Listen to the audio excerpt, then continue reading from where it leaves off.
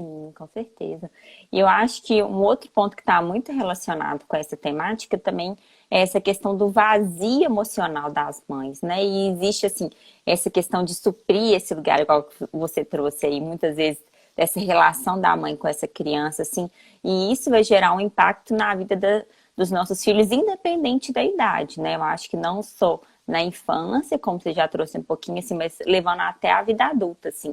Acho que vale a pena a gente falar dessa relação entre os vazios emocionais, essa carência que existe na mãe, essa projeção que ela faz no filho e como que isso vai impactar na vida deles, né? Sim. Essa temática é muito relevante, né, Laura? Inclusive, a gente já fez lives aqui que a gente tem salvas no nosso IGTV. Para quem é novo aí, não conhece, a gente tem lives falando só sobre os impactos dos vazios emocionais na vida, né?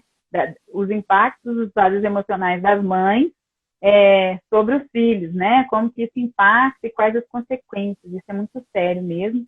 Então, trazendo aqui para o nosso tema de hoje, por que é importante as mães estarem bem para que, de fato, elas possam ajudar seus filhos a ficar bem? Então, essa temática do vazio emocional é muito sobre isso, né? A mãe que está sentindo um vazio emocional, que ela está se sentindo esvaziada, né? Carente. Então, elas estão buscando, de alguma maneira, algo que elas sentem uma profunda angústia, né? Com esse vazio, e elas buscam, todos nós, enquanto sentimos essa carência, algo que nos preencha, que nos realize, que nos traga felicidade, né? E muitas vezes, quando a gente não encontra isso na nossa vida e fica com esse vazio cada vez maior, né? Com essa sensação dessa angústia, o que acontece? Muitas vezes a gente começa a projetar, mesmo sem querer ou até de maneira inconsciente, nos nossos filhos, a nossa fonte de realização. Já que nada que eu busquei até hoje eu consegui me realizar, me sentir melhor comigo mesma, de repente eu começo a colocar isso na conta dos meus filhos, assim, né? Começo a buscar neles essa fonte de realização, de preenchimento, para que eu fique de fato melhor. E isso vai gerando nos filhos, então, esse movimento, assim, de, primeiro, uma pressão, né? Um peso, de ter que corresponder a essa expectativa, né? E isso pode gerar também nesses filhos, futuramente, uma codependência emocional, né, com essa mãe. Por quê? Porque esse filho começa a se sentir tão responsável pela vida da mãe, e aí, ao mesmo tempo, ele começa a ficar dependente dela em outros aspectos, porque ele sente que ele não pode seguir para a vida dele. Então, depois se torna, às vezes, filhos adultos que abrem mão da própria vida, da própria felicidade, para tentar trazer alegria para a mãe, para ser companhia da mãe. Aí são filhos que muitas vezes fracassam na vida pessoal, fracassam na vida profissional, nos relacionamentos, na vida financeira, simplesmente como uma justificativa inconsciente de permanecer sempre como companhia da mãe, né? E outra situação muito ruim que acontece com os filhos, né, cujas mães têm esse vazio emocional, é que eles têm uma tendência muito grande a ter uma autocobrança muito forte, né, porque eles acham que eles são responsáveis pela felicidade, pela alegria da mãe, por resolver os problemas. E isso gera neles, além da autocobrança, uma sensação de fracasso, né? Porque nenhum filho vai preencher esse vazio emocional dos pais e ele começa a perceber que, por mais que ele se esforce muito, a mãe, em algum nível, continua mal. E aí, isso vai gerar, ao longo do tempo, nos filhos, uma sensação mesmo de insegurança, de baixa autoestima, de uma autoconfiança abalada, porque ele sente que ele não está dando conta de corresponder àquilo que ele acha que é, né, dele, que ele percebe que é esperado dele, que ele também acabou se colocando como missão de vida, assim, né? Então, essas são questões sérias de quando as mães não estão bem, que acabam impactando diretamente nas vidas dos filhos, e isso acontece geralmente sem a gente perceber. Quando a gente vai ver, a gente começa a ver os filhos adultos lá que começam a não progredir na vida, a não ficar bem, né? E aí, ou então adoecer muito também pode ser uma maneira dos filhos tentarem atrair a atenção dessa mãe, né? Então, são vários aspectos que, muitas vezes, os sintomas que vão refletir na vida dos nossos filhos, essas consequências, são simplesmente em função de questões das mães que não conseguem estar melhores. Por isso que, para ajudar melhor os nossos filhos, a gente precisa estar bem primeiro. Uhum. Eu acho que você trouxe um ponto que é muito interessante quando a gente pensa nesse olhar sistêmico, né?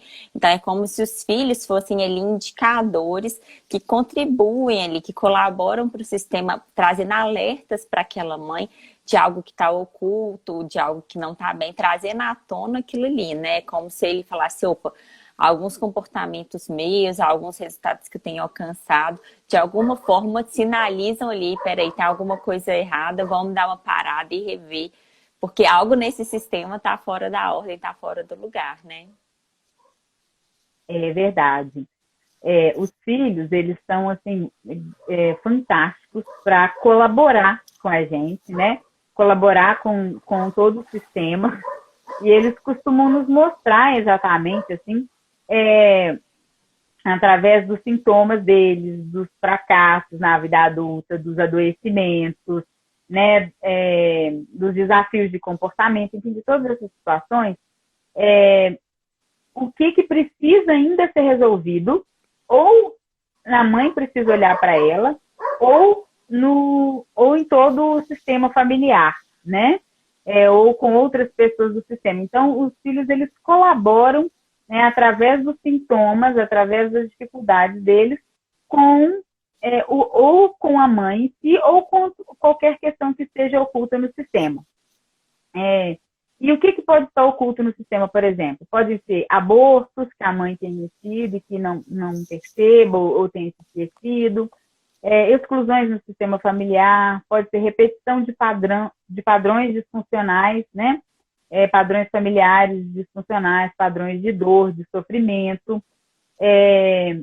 E então isso vai fazendo com que é algo que precisa ser olhado, mas ninguém está olhando para isso, e esse filho continua trazendo à tona essas questões para que alguém um dia possa olhar para isso. Então, por exemplo, quando uma mãe olha para as suas próprias questões, olha para as suas próprias dores, olha para os padrões disfuncionais do sistema familiar dela, né? E resolve isso com ela mesma, é como se ali ela permitisse que ela autorizasse os filhos a não mais precisarem seguir esses padrões, ou não precisarem mais olhar para as dores que essa mãe sente. Muitas vezes são dores que vêm, inclusive, da infância, né, dessa mãe, e que não foram resolvidas. Então, quando essa mãe consegue olhar para qualquer questão do sistema, né, através dos sintomas que os filhos estão apresentando, muitas vezes, e resolver isso, os filhos, de modo geral, ficam aliviados e não precisam mais repetir ou permanecer com essas questões que elas estão apresentando no momento. Uhum. Isso remete muito àquela frase, né? Eu nem sei de quem que é, mas é tão repetido, que fala que muitas vezes os filhos raramente se permitem ser mais felizes que os pais, né? Existe aí essa questão na repetição, de se sentir pertencente por meio da dor, assim. Então eu acho que esse movimento, quando a mãe decide fazer esse movimento de se cuidar, de ficar bem, de levar para si, né, essa felicidade, isso reflete imediatamente na vida dos filhos, né? Exatamente. Então, essa questão, essa frase, para mim, ela é muito importante, assim, que os filhos raramente se permitem ser mais felizes do que os seus pais. E muitas vezes a gente não toma consciência da seriedade dessa frase, mas quando a gente começa a acompanhar uma família, um sistema ali, né, as mães, os filhos, a gente percebe isso com total clareza. Total clareza. Os atendimentos, isso é muito claro, né? Por quê? Por que esses filhos geralmente não se permitem ser mais felizes do que os pais? É óbvio que isso acontece a nível inconsciente, né? Não é uma questão, os filhos conscientemente geralmente falam que querem ser mais felizes, mas inconscientemente atraem para a vida deles situações que fazem com que eles não se permitam de fato ser mais felizes. Por que isso acontece? Repetição, né, do padrão familiar de sofrimento, especialmente por fidelidade ao sistema familiar, né? Por essa necessidade de pertencer. Então, é como se a gente se igualasse, né? A gente se iguala no sofrimento, a gente se irmanasse, assim, né? A gente se torna cúmplice até certa forma, né? Até certo ponto, assim, geralmente nos pontos mais difíceis, é isso que acontece. As pessoas não se permitem, isso por causa do que a gente chama da culpa sistêmica, né? Ou culpa grupal, a culpa do grupo, assim, porque nós sentimos uma forte pressão mesmo, uma forte culpa, quando a gente começa a perceber que a gente está se destacando do nosso sistema, que a gente está vivendo uma vida melhor, uma vida mais leve do que as outras pessoas que a gente ama muito, né? No caso, nossos pais, nossos irmãos. Isso gera em nós um desconforto. Muitas vezes a gente tem consciência disso e outras vezes não. Mas é isso que faz com que a gente acabe se sabotando e atraindo situações difíceis. Às vezes a gente se destaca em uma área e não consegue ser feliz em outra área da vida ou atrai outras situações difíceis, porque a gente acaba repetindo, né, essa necessidade mesmo, assim, que é como se inconscientemente eu sentisse que para eu pertencer a esse sistema eu tenho que me igualar a eles em algum nível.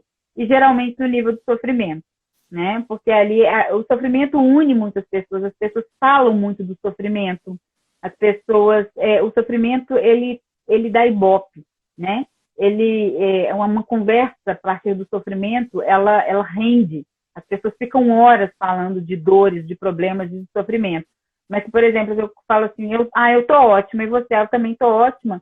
Muitas vezes a conversa não rende. É interessante isso, né? A gente acha, às vezes, até engraçado, mas isso é muito profundo, porque isso faz com que muitas pessoas sintam a necessidade de sofrer junto para poder estar ali junto e compartilhar, né, desse grande sistema, assim.